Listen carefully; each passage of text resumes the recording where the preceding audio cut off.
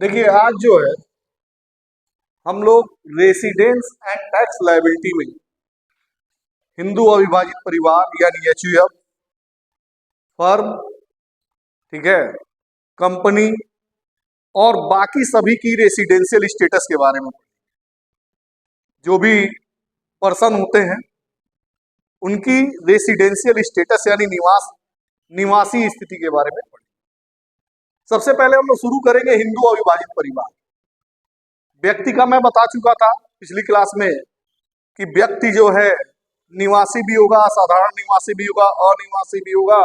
उसके लिए आधार में से अगर निवासी हो तो अगर वो होना चाहता है तो आधार कंडीशन में से कोई एक और दोनों अतिरिक्त कंडीशन एडिशनल कंडीशन को पूरा करना होगा। अगर दोनों एडिशनल कंडीशन नहीं पूरा करता है, आधार में से एक पूरा करता है तो असाधारण निवासी, नॉट ऑर्डिनरी रेसिडेंट। और अगर वो बेसिक कंडीशन ही नहीं पूरी करता है तो नॉन रेसिडेंट। बताया था मैंने। अब आप ये देखिए, कह रहा है कि हिंदू अविभाजित परिवार क्या होता है। हिंदू अविभाजित परिवार ज्वाइंट फैमिली देखा है आपने?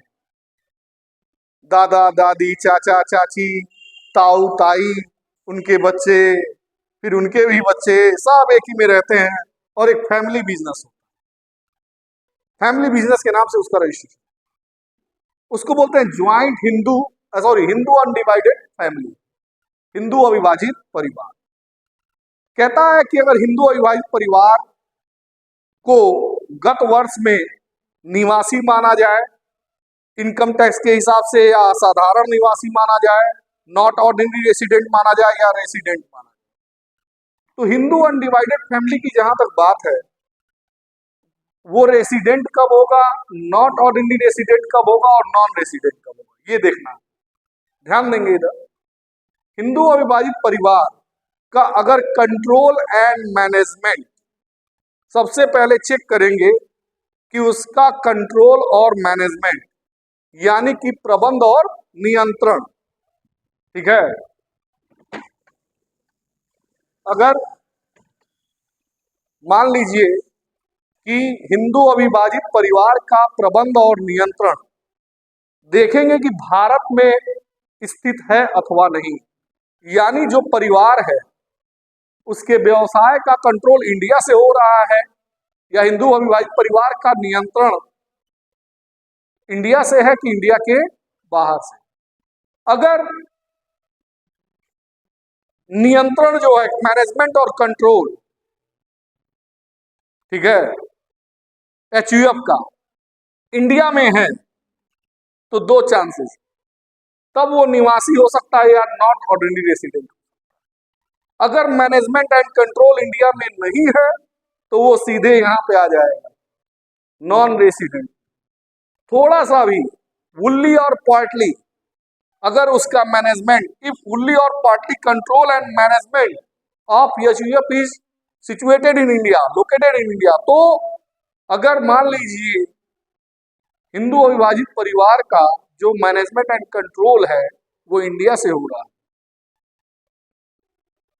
HUF is control from India fully और पार्टली, पूर्ण रूप से या आंशिक रूप से, तो अगर कंट्रोल हो रहा है तो क्या होगा, तब वो निवासी होगा, रेसिडेंट होगा या नॉट ऑर्डिनरी रेसिडेंट होगा।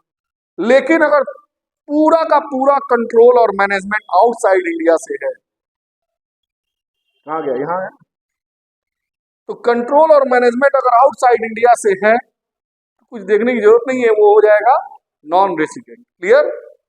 अब रेसिडेंट की नॉट ऑर्डिनरी रेसिडेंट, इसको कैसे चेक करेंगे? कहता है कि एक परिवार का मुखिया होता है, जो सबसे एजेड पर्सन होता है, जिसको आप सबसे सीनियर पर्सन कहते हैं, होता है ना, वो परिवार का मुखिया जो करता है, बिजनेस को चलाता है, पूरी देख रेख करता है उस परिवार का, कंट्रोल एंड मैनेजमेंट, वो अगर बोथ एडिशनल कंडीशन को पूरा करता है, बोथ एडिशनल कंडीशन, निवासी की जो बोथ एडिशनल कंडीशन बताए थे ना 730 दिन वाली, बताया ना, दो एडिशनल कंडीशन है,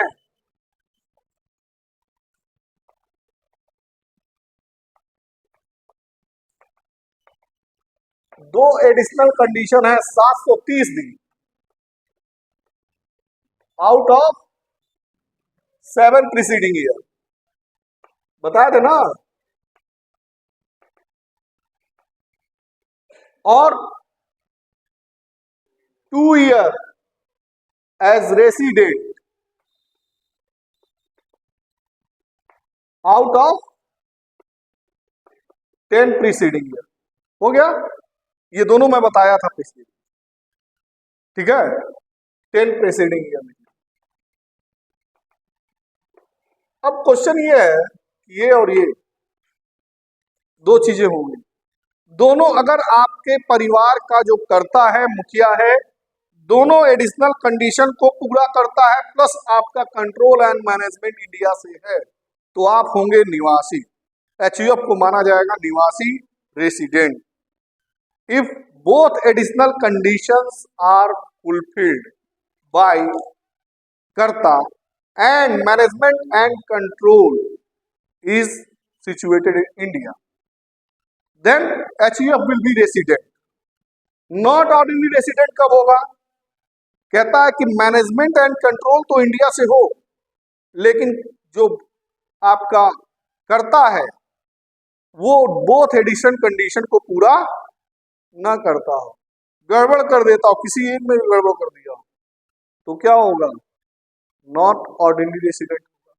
और नॉन रेसिडेंट अगर कंट्रोल और मैनेजमेंट ही इंडिया से ना, क्लियर है? जैसे उसमें था कि अगर आप बेसिक कंडीशन ही नहीं पूरा करेंगे तो आप चले आएंगे सीधे इसमें। 1% इंडिविजुअल में मैं बताया था ना कि अगर आप बेसिक कंडीशन ही नहीं पूरी करेंगे तो नॉन रेसिडेंट, पूरी करेंगे तब आपका चेक होगा कि क्या आप बोथ एडिशनल कंडीशन पूरा कर रहे हैं कि नहीं कर रहे हैं। पूरा कर रहे हैं तो निवासी है, नहीं तो असाधारण। बताया था ना इंडिविजुअल में। सेम इसी तरह इसमें है कि आप कंट्रोल एंड मैनेजमेंट चेक कर लीजिए पहले कि जो परिवार का कंट्रोल एंड मैनेजमेंट है कहाँ से होता है, इंडिया से होता है कि इंडिया के बाहर से। इंडिया में अगर स्थित है व्यवसाय का और परिवार का, तो क्या होगा? रेसिडेंट माना जाए। रेसिडेंट में भी रेसिडेंट भी हो सकता है, नॉट ऑर्डिनरी रेसिडेंट भी हो सकता है। लेकिन अगर कंट्रोल ही नहीं है इंडिया से, कुछ भी नहीं हो रहा है इंडिया से, ना मैनेजमेंट ना कंट्रोल, कुछ ना, थोड़ा सा भी नहीं, सीधे आ जाइए नॉन रेसिडेंट। क्लियर? अब अगर मान लीजिए कि कंट्रोल और मैनेजमेंट इंडिया से, तब चेक करिए कि क्या उसका जो हेड है, जो करता है, वो दोनों एडिशनल कंडीशन को पूरी करता है कि नहीं करता है। अगर दोनों एडिशनल कंडीशन को पूरी करता है तो resident, otherwise not ordinary resident. Clear? कोई दिक्कत? समझ में आ रहा है आपको? ठीक है। तो अब इसके आगे हम लोग पढ़ेंगे हिंदू अविभाजित परिवार के बाद कि फर्म और एसोसिएशन ऑफ पर्सन। क्लियर है? तो इसको मिटा दूं ना मैं?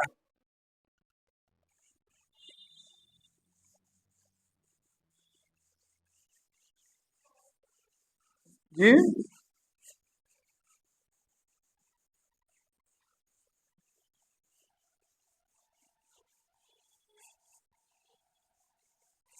अब देखिए फर्म और एओपी यानी एसोसिएशन ऑफ पर्सन। फर्म साझेदारी फर्म, पार्टनरशिप फर्म, सिप फर्म, एओपी यानी and AOP association of person. Firm या व्यक्तियों का संघ,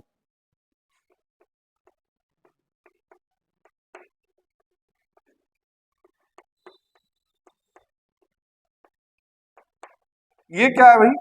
फर्म या व्यक्तियों का संघ। ये दोनों देखिए, फर्म और व्यक्तियों के संघ की जब आप बात करते हैं, ठीक है, उसमें आप जो है केवल मैनेजमेंट और कंट्रोल देखेंगे। ठीक है, क्या देखेंगे?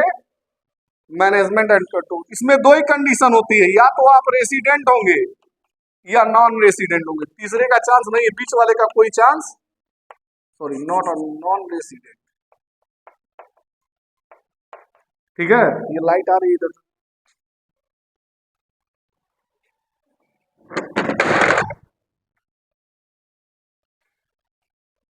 देखिए रेसिडेंट कब होगा, नॉन रेसिडेंट कब?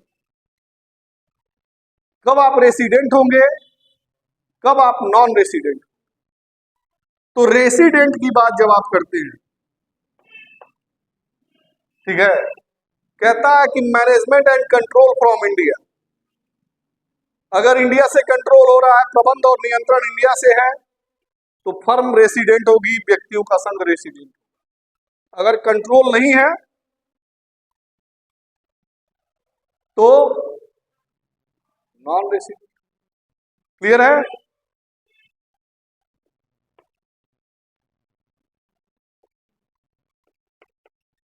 मैनेजमेंट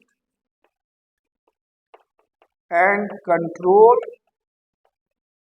फ्रॉम इंडिया, और ये है management and control from outside India. Clear. कहीं कोई दिक्कत बताइए आप, समझ में आ रहा है? कोई दिक्कत? सिंपल सा इसमें लॉजिक है कि अगर इंडिया से हो रहा है, थोड़ा सा भी हो रहा है, पार्शियली भी हो रहा है, या फिर पूरा हो रहा है, तो resident, otherwise non resident. Company की बात करें, ठीक है, तो कहता है कंपनी क्या होगी। कंपनी भी जो है, दो ही टर्म है कंपनी के लिए भी, या तो वो रेसिडेंट होगी,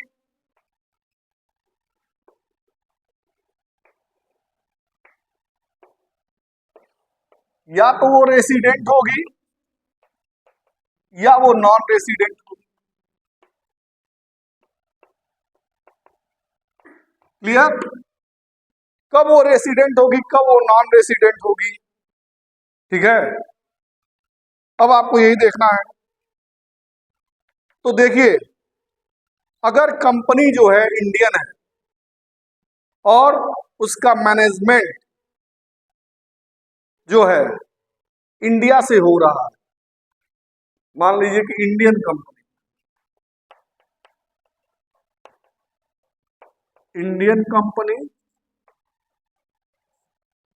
ठीक है, भारतीय कंपनी, और उसका मैनेजमेंट, और मतलब उसके बारे में जो भी डिसीजन लिया जाता हो, जो भी कंट्रोल, प्रभावी नियंत्रण इंडिया से होता हो। इफेक्टिव कंट्रोल, इफेक्टिव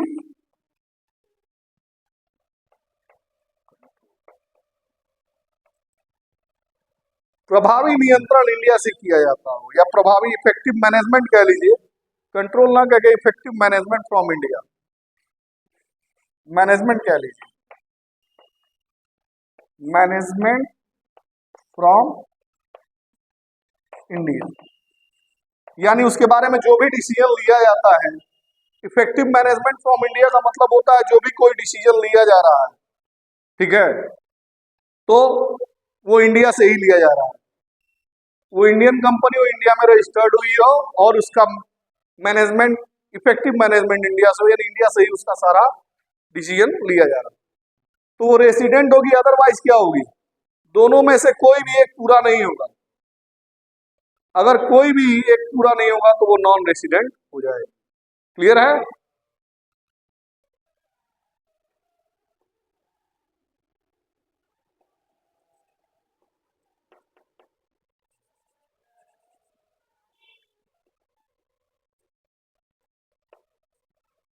रुक जाओ।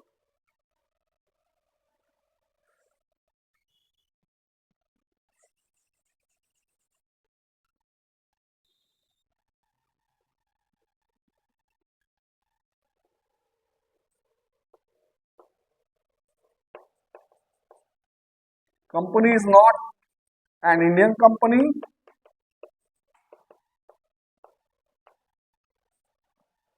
अगर इंडियन कंपनी नहीं है, या इफेक्टिव मैनेजमेंट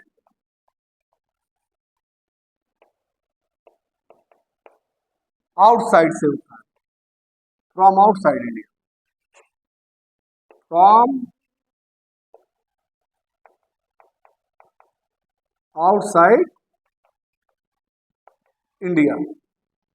अगर उसका इफेक्टिव मैनेजमेंट आउटसाइड इंडिया से हो रहा है या फिर कंपनी इंडियन कंपनी नहीं है, विदेश की कंपनी, ठीक है, दोनों सर पूरी होगी तभी वो रेसिडेंट है, दोनों में से कोई एक गड़बड़ हो गया, इंडियन कंपनी है तभी रेसिडेंट है, आप मैनेजमेंट या कंट्रोल इंडिया से हो रहा हो तो इंडियन है, नहीं तो अदरवाइज वो क्या हो जाएगी।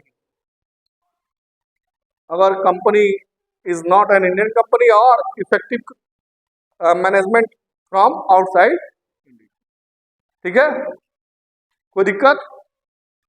तो ये तो था आपका जो है रेसिडेंशियल स्टेटस, कि आप रेसिडेंशियल स्टेटस कैसे डिसाइड करेंगे। इंडिविजुअल का बताए थे, एचयूएफ का बता दिए, फर्म का हो गया, एओपी का हो गया, और आपको मैंने बताया क्या, कंपनी के बारे में, ठीक है। अब जो है हम लोग ये पढ़ेंगे टैक्स लायबिलिटी, ठीक है।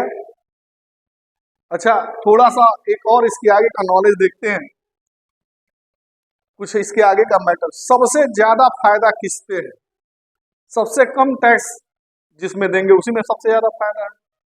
तो आप क्या होना चाहेंगे, रेसिडेंट होना चाहेंगे, नॉट ऑर्डिनरी रेसिडेंट होंगे, या नॉन रेसिडेंट, किस कंडीशन में सबसे कम टैक्स। एक बात ध्यान रखिएगा, रेसिडेंट अगर आप हैं तो सबसे अधिक टैक्स देना है, नॉट ऑर्डिनरी रेसिडेंट है तो कम देना है, उससे कम देना है, और नॉन रेसिडेंट है तो सबसे कम देना है। लेकिन आप रह तो रहे हैं इंडिया में, तो इंडिया में मजबूरी है, तो इंडिया में जितने दिन इंडिया में रहेंगे उसके हिसाब से आप रेसिडेंट हो जाएंगे। कहाँ सेटल हो जाएंगे, तो आउट ऑफ इंडिया रहेंगे तो फिर इंडिया में बिजनेस ही नहीं करेंगे, तो नहीं बिजनेस करेंगे तो इनकम ही नहीं होगी यहाँ पे, तो टैक्स भी नहीं लगेगा। अच्छा, मिटा दूं मैं इसको, ये समझ में आ रहा आपके जी। हम सब अभी रिपीट कर देते हैं।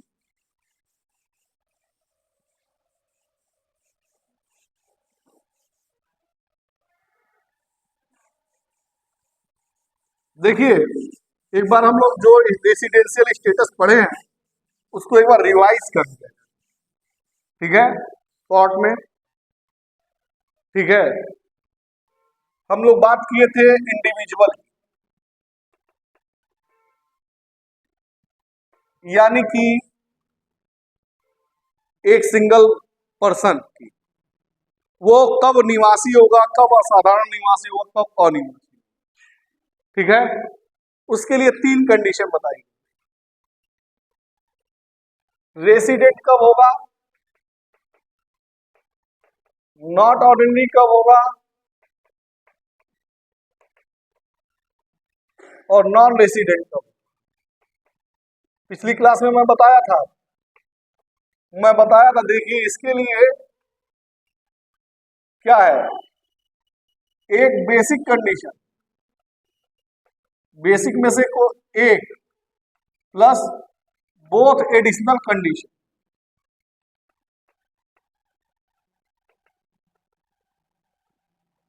दोनों पूरा करेंगे तो आप रेसिडेंट होंगे।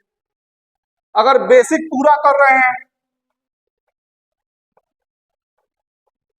लेकिन बोथ एडिशनल पूरा नहीं कर रहे हैं,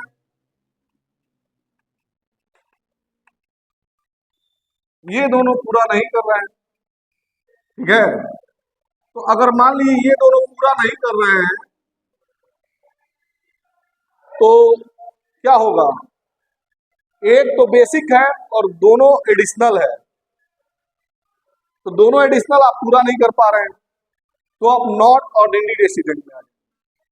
बेसिक प्लस बोथ दोनों पूरा करेंगे तब तो रेसिडेंट, अगर केवल बेसिक पूरा करते हैं, ये पूरा नहीं करते, नहीं कर रहे हैं तो नॉट ऑर्डिनरी रेसिडेंट, और अगर आप बेसिक कोई पूरा करना है वही नहीं पूरे कर पा रहे हैं तो एडिशनल देखने का कोई मतलब और वहां पे आपको जाएंगे नॉन रेसिडेंट। क्लियर? कोई दिक्कत? एचयूएफ के बारे में बताया मैंने अभी। एचयूएफ भी रेसिडेंट हो सकता है, नॉट ऑर्डिनरी रेसिडेंट हो सकता है, नॉन रेसिडेंट हो सकता है। कब कब होगा बताया था मैं।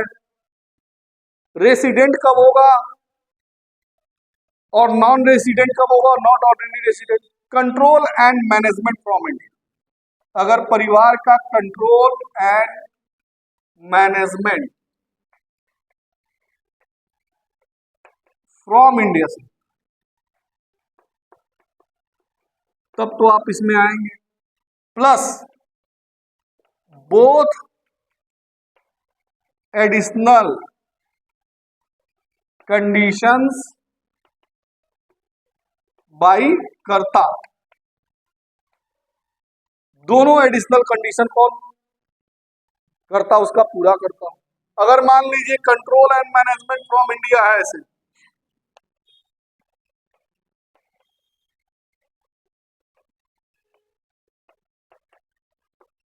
फ्रॉम इंडिया है, लेकिन बोथ एडिशनल कंडीशन की बात आती है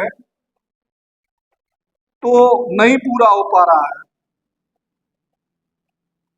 कंडीशंस। ये क्या हुआ, ये क्रॉस हो गया। ये तो ठीक है control and management from India, लेकिन ये क्या हो गया, क्रॉस हो गया। तो अगर ये नहीं पूरा हो पा रहा है तो आप नॉट ऑर्डिनरी रेसिडेंट, और नॉन रेसिडेंट में अगर कंट्रोल और मैनेजमेंट फ्रॉम आउटसाइड है, आप ये समझ लिए control and management basic condition की तरह है, फ्रॉम आउटसाइड। क्लियर है? कोई दिक्कत? अब आइए इसके बाद फर्म एंड एओपी, इसमें दो ही चीज होती है, बताए हैं अभी आपको पढ़ाए हैं, या तो रेसिडेंट या नॉन रेसिडेंट। इन दोनों में क्या देखना है, control and management from India से है कि थोड़ा सा भी, अगर कंट्रोल एंड मैनेजमेंट इंडिया से है तो रेसिडेंट, अदरवाइज नॉन रेसिडेंट। बीच वाली कंडीशन नहीं है, नॉट ऑर्डिनरी रेसिडेंट वाली कंडीशन नहीं है। और फिर क्या है, लिख दे क्या, control and management from India, और यहां पे outside India, control and management from outside India. ठीक है? क्लियर? कंपनी के बारे में अभी मैं बताया आपको, इसी में कंपनी में क्या बताया मैंने कि कंपनी अगर इंडियन कंपनी है, इंडिया में इनकॉर्पोरेटेड है, इंडिया में उसका रजिस्ट्रेशन है, उसका इफेक्टिव मैनेजमेंट इंडिया से हो रहा है, सारे डिसीजन इंडिया से लिया रहे, तो वो रेसिडेंट, अदरवाइज नॉन। क्लियर है? कोई दिक्कत? आप लोग कोई प्रॉब्लम? सही है? ओके।